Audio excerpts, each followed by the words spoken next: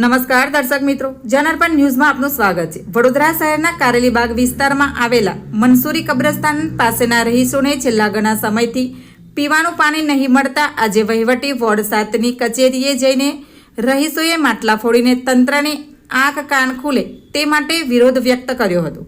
વડોદરા શહેરના મોટાભાગના વિસ્તારોમાં ઉનાળામાં પાણીનો કકળાટ રહે છે, જ્યારે કેટલા વિસ્તારોમાં તો ભર ચોમાસે પણ પીવાનું શુદ્ધ પાણી મળતું નથી, જેને લઈને રહીશોને વારંવાર ટેન્કરોના સહારે પાણી મંગાવવું પડે છે।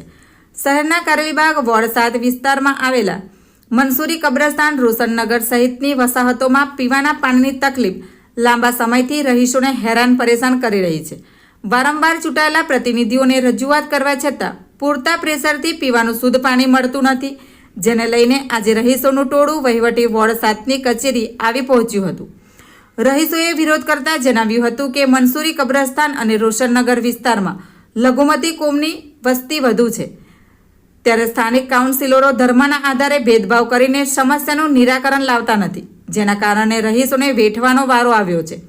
આજે પાલિકાની વોર્ડ કચેરીએ વોર્ડ ઓફિસરને પીવાના પાણી અંગે રજૂઆત કરવા માટે આવી પહોંચ્યા હતા, જ્યારે તેઓએ માટલા ફોડીને તંત્રને હાય હાય પોકારી હતી। Bureau report, જનાર્પણ news. આવા જ નવા સમાચાર જોવા માટે જોડાઈને રહો જનાર્પણ ન્યૂઝ સાથે। અમારી ચેનલને લાઇક કરો, શેર કરો, સબસ્ક્રાઇબ કરો। ધન્યવાદ। આજરોજ અમે વોર્ડ નંબર 7ની કચેરી આવ્યા છે।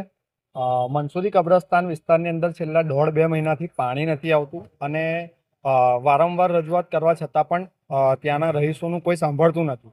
તો અમે અહીંયા રજૂઆત એ લઈને આવ્યા છે। અને બીજી વસ્તુ એ છે કે ત્યાં આગળ પંપ ઓપરેટરનું એવું કહેવું છે કે તમે માઇનોરિટીવાળા છો એટલે તમને પાણી આપવામાં નહીં આવે।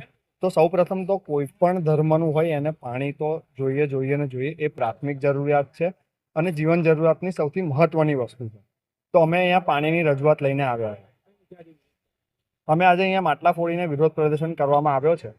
માંગ પૂરી નહીં થાય તો અમે અહીંયા ગાંધી ચિંધ્યા માર્ગે અમે લોકો આગળ પણ આંદોલન કરીશું। યશ રાજપૂત, રાવપુરા વિધાનસભા પ્રમુખ, યુથ।